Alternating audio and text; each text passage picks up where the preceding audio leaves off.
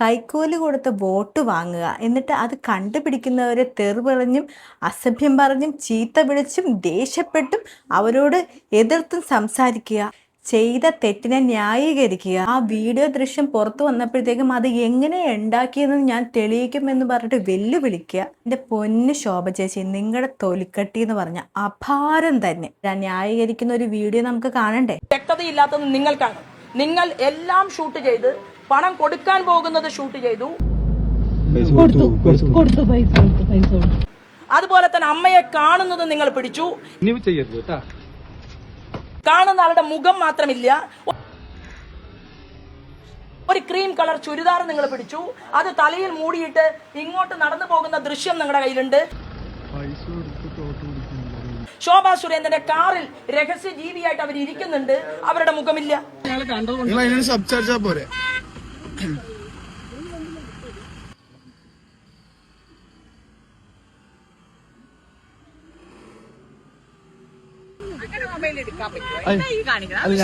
നിങ്ങളെന്താ പ്രതി? ഞങ്ങളുടെ വാർഡല്ലേ, ഞങ്ങളുടെ വാർഡല്ലേ. നിങ്ങളുടെ വാർഡ് അവർ കയറുന്നതില്ല, അല്ല അവർ കയറുന്നതുമില്ല, അവർ ഇറങ്ങുന്നതുമില്ല കാറിൽ നിന്ന്. ഒരു തിരക്ക ഇതെങ്ങനെ ഈ വീഡിയോ ക്രിയേറ്റ് ചെയ്യപ്പെട്ടു എന്നത് ഞാൻ കേരള രാഷ്ട്രീയത്തിൽ തെളിയിക്കും, ഒരു തർക്കവും വേണ്ട.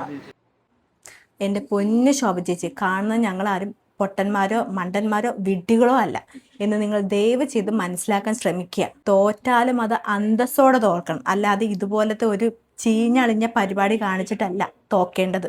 ഇവരുടെ ഈ കൈക്കൂലി മാനിപ്പുലേറ്റ് ചെയ്യാൻ വേണ്ടി ഷാഫി പറമ്പിലിനെയും രാഹുൽ മാങ്കൂട്ടത്തിനെയും ഈ പറയുന്ന രമേശ് പിഷാരടിനെയും എല്ലാവരും ഉൾക്കൊള്ളിക്കുകയാണ് ഇവരിപ്പോൾ.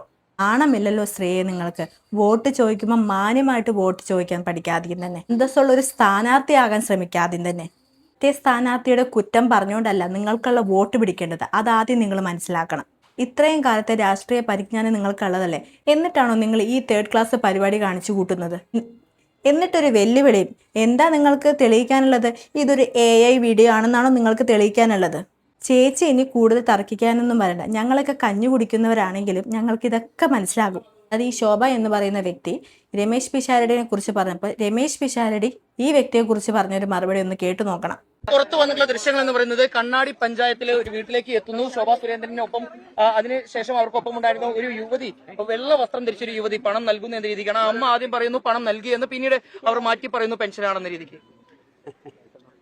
ഞാൻ തിരഞ്ഞെടുപ്പ് പെരുമാറ്റച്ചട്ടങ്ങൾക്ക് വിധേയനായിട്ട് നിൽക്കുന്ന ഒരാളാണ് എന്നുള്ളത് കൊണ്ട് ഇപ്പോഴത്തെ സാഹചര്യത്തിൽ എനിക്ക് പലതിലും പ്രതികരിക്കാൻ ബുദ്ധിമുട്ടുകളുണ്ട്.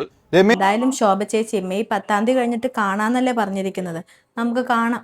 ശോഭ ചേച്ചിയുടെ എല്ലാ കാര്യങ്ങൾക്കും വേണ്ടി ഞങ്ങളും വെയിറ്റിംഗാണ്. എന്തായാലും ഇത്രയും വലിയ വീമ്പിളക്കം വന്നിട്ട് ഈ മീഡിയാസിന് മുമ്പിൽ കിടന്ന് കാണിച്ചതല്ലേ, അപ്പൊ ബാക്കിയുള്ള കോപ്രായങ്ങളും കൂടി ഞങ്ങൾ കാണാൻ വെയിറ്റ് ചെയ്യുന്നുണ്ട് കേട്ടോ. ഇവരൊക്കെ ഒരു MLA ആയാൽ ആ നാട്ടിലെ ജനങ്ങളുടെ അവസ്ഥ എന്താണെന്ന് നമുക്ക് മനസ്സിലാക്കാവുന്നതേ ഉള്ളൂ ഇന്നത്തെ ആ ചെറുപ്പക്കാരനോടുള്ള ഇവരുടെ പെരുമാറ്റത്തിലൂടെ.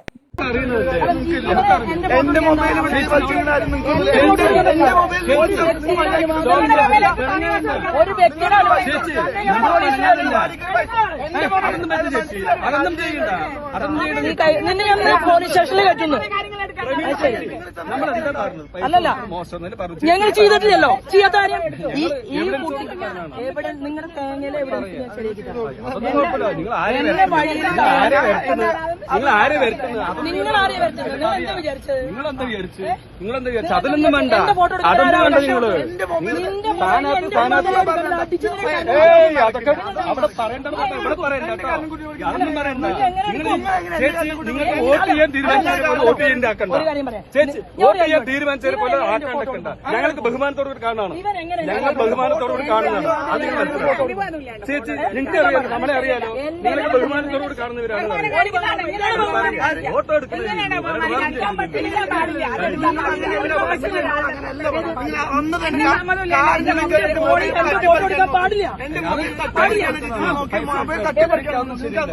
ബഹുമാനം, നമ്മൾ അങ്ങേയറ്റം ബഹുമാനമുള്ളതാണ്.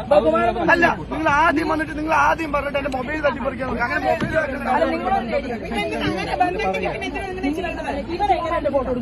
നിങ്ങളുടെ ഫോട്ടോ എടുക്കില്ലല്ലോ. വീഡിയോ എങ്ങനെ എടുക്കുന്നത്? ഫോട്ടോ എടുക്കുന്നത് എടുക്കാൻ പറ്റില്ല. പബ്ലിക്കാണ് ഞാൻ നിയമസഭയ്ക്ക് മത്സരിച്ച ആളാണ്. ഞാൻ നിയമസഭയ്ക്ക് മത്സരിച്ച ആളാണ് പറയുക. ശരിയാണെന്ന് വേണ്ട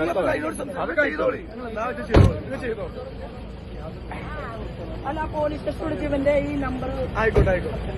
ഇവന്റെ ഷാർട്ടി നാട് മുഴുവൻ കാശ് കൊടുക്കുന്നു. എന്നിട്ട് ഇവനെ എന്നെ കട്ട് ചെയ്യാൻ വരുന്നത് ഇവൻ റെക്കോർഡ് ചെയ്തോട്ടെ. ഇവനൊന്ന് സ്റ്റേഷനിലേക്ക് വിളിപ്പിക്കും. ഈ വണ്ടി അടിച്ചാൽ നാട്ടിലുള്ള നിയമം പഠിക്കും. ഒരു സ്ത്രീയുടെ ഫോട്ടോയും അവരുടെ അനുവാദം ഇല്ലാതെ എടുക്കാൻ പാടില്ല. നിങ്ങൾ എങ്ങനെ ഫോട്ടോ എടുക്കാൻ പാടില്ല? നിങ്ങൾ മണ്ഡലത്തിന് റെപ്രസെന്റേറ്റീവ് മത്സരിക്കുന്ന എന്തായാലും നാളെ വോട്ടാണ്. എല്ലാവരും തന്നെ കണ്ടറിഞ്ഞ് കേട്ടറിഞ്ഞ് ഈ 10 വർഷത്തെ ഭരണം എങ്ങനെ ഉണ്ടായിരുന്നത് മുഴുവൻ ആലോചിച്ച് വേണം ഓരോരുത്തരും അവരവരുടെ വോട്ട് രേഖപ്പെടുത്താനായിട്ട്. നിങ്ങളുടെ മണ്ഡലത്തിലെ ഏറ്റവും നല്ല സ്ഥാനാർത്ഥി ആരാണോ അവർക്ക് തന്നെ വോട്ട് കൊടുക്കുക. അതുകൊണ്ട് തന്നെ പാലക്കാട്ട് ജനങ്ങളെ നിങ്ങൾ വോട്ട് ചെയ്യുമ്പോൾ കണ്ടറിഞ്ഞ് വോട്ട് ചെയ്യുക. ഇവരെ പോലുള്ളവർ MLA ആയാൽ നിങ്ങളുടെ ഗതി തീർന്നു.